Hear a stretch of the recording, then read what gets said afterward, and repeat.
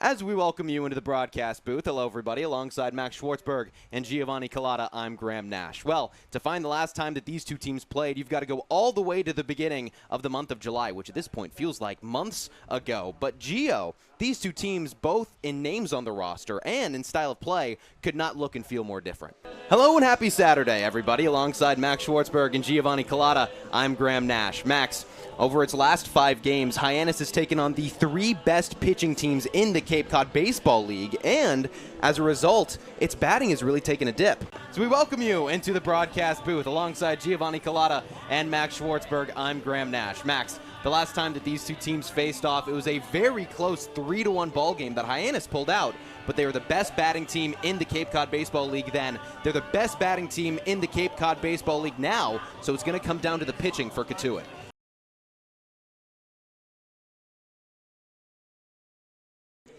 Thank you so much, Ava. Top of the 6th inning. Hyannis and Harwich locked in a 2-2 tie as Dayton LaChance is going to lead off the inning. LaChance, Bates, and Davis, 6, 7, 8 due up in the top of the 6th inning. LaChance 1 for 2 on the ball game, but reached first base twice. His first time up, he reached on a dropped third strike and was able to leg out a throw for Matt Conti. Still facing Thomas Shurtleff. First pitch slider, catches the zone for strike 1. LaChance, as we talked about, struggled hitting as a catcher, 2 for 15 over the first 10 games. But in this ball game, 1 for 2 to start, looks like he's maybe reversing a bit of that trend. 0-1, chopped foul down the third base line. Got into this a bit last night, but for LaChance, it could be that with the more reps DHing, as he transitions to being a defensive catcher and a hitter while being behind the plate, it could be that those reps are translating across days. Now, it could just be that he likes to hit against the Bourne Braves, sure, as was brought up tonight. But it's got to have an effect somehow. LaChance down 0-2. He pulls one hard down the third base line, but well foul. And I think Mitch Carricker knows that in his ideal lineup, whether it be for a postseason or a do-or-die game, that Brody Briggs is his best defensive catcher, at least from what we've seen this season, and Dayton LaChance poses best as a DH. But having him be better behind the plate and at the dish while he's playing catcher only gives him more options, and that's always a good thing. Another 0-2 pitch. This time, LaChance goes down swinging. 5 Ks for Thomas Shurtleff in this appearance. He's retired all of his last 6, 5 of them via the strikeout. He's been unbelievable. He came into a really tough situation after Jack Volo struggled, only recorded 1 out, and allowed those 2 runs to Hyannis, and Shurtleff has single-handedly kept the Mariners in this game. Charlie Bates swings and misses on a fastball. Shurtleff struck out 30-plus batters in his sophomore and junior seasons at UPenn. His freshman season, he didn't get as much playing time, struck out only 16. Going to Bates. Fouled off. Another fastball that he couldn't catch up to. Maybe more impressive is that over the past 2 seasons as well, Shurtleff walked 15 or fewer batters. So not only did he strike out a lot, but he just found the zone a lot in general. 0-2. Bates pulls one down the first base line. Second baseman Coonan gobbles it up and records the second out of the inning. Shurtleff with a phenomenal start or phenomenal appearance in this ball game, not only in the strikeout numbers, but in working quickly. Working quickly, and the fact that he keeps it that Harwich has only walked 2 batters. Not like there were many free passes in that win on the Hyannis side, on the pitching side. The 6-3 Harwich win a couple of days ago at McKeon Park. But Harwich dished out its fair share. Miles Davis takes a slider outside for ball 1. And it remains the case that the way that Harwich was able to combat that was with striking out Hyannis batters, especially in key situations. They've now matched their strikeout total from that last game, and only in the 6th inning. Davis takes strike 1. That time a changeup catches the inside corner. Davis 0 for 1 on the ball game. Had a sac fly back in the 4th. Brought home Gabe Camacho. 1-1. Turns on it, but sends it straight into the ground. Jake Coonan has been busy at second. Records the second and third outs of the top of the 6th. Still 2-2 heading into the bottom of the inning.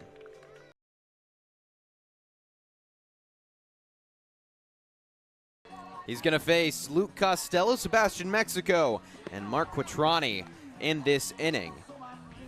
These three have kind of been up and down. It was a slow start for all of them, but as of late, starting to find a bit of a groove. Costello 1 for 2 on the day with a double and a walk. Mexico 2 for 3 with 2 singles.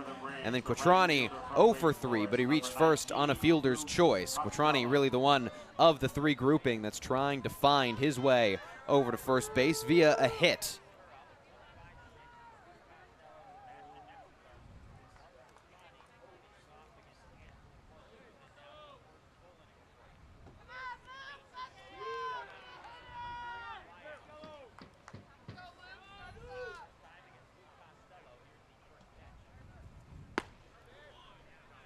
Costello only playing in his 3rd ball game of the Cape League season with the Bourne Braves. He's working a 2-game on-base streak. Helped out by an 0 for 2 performance yesterday where he drew a walk and also got hit by a pitch. As he flies one foul down the first base line. What he's really looking for is a bit more of his bat. This is his 2nd stop of the summer. Played with Amsterdam earlier on in the NECBL and had a .351 batting average, so he can hit. The question is, how quickly can it show up for him? And it's going to be tough if he falls behind Andrew Wirtz. You got to give credit where it's due for jumping ahead so early. And he goes down on strikes.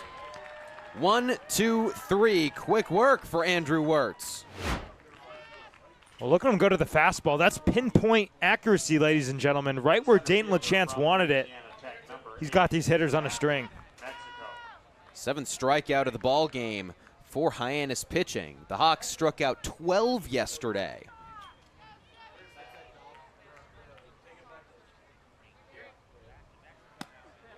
Feels like when all else fails, Hyannis can still lean on those strikeouts to be a pretty high number. It's been the calling card of the team all season, and especially earlier on, June to July. A little bit less as of late, but they've really dialed it up come the postseason. 12 yesterday. In the regular season, the Hawks struck out the most batters in the Cape League at 381. They had 20 more strikeouts than Orleans.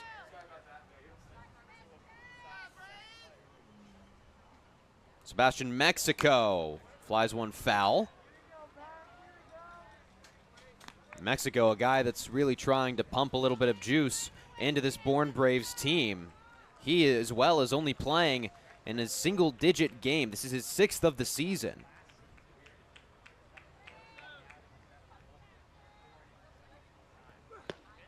Sword of a swing. The count runs even.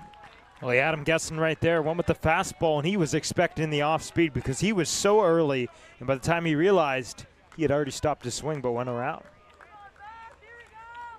Mexico was an NECBL All-Star with the Valley Blue Sox this season.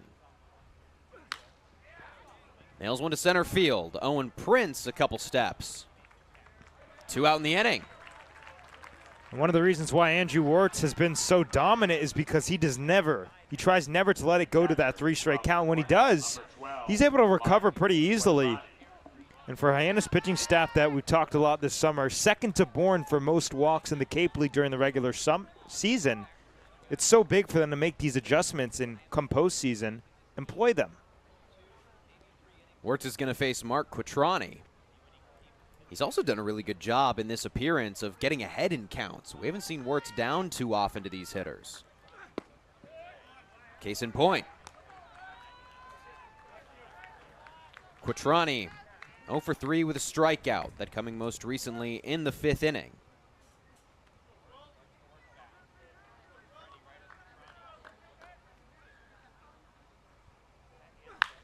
Ripped on the third base line, but foul.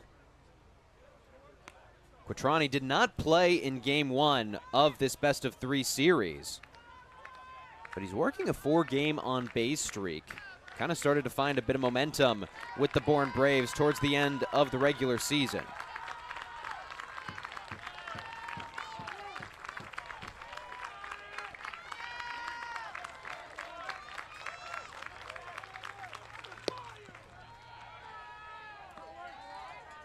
Quatrani, he did play with Falmouth in 2025 to begin his Cape League season. Played against these Hyannis Harbor Hawks, but this only the second time he's played against Hyannis with the Bourne Braves.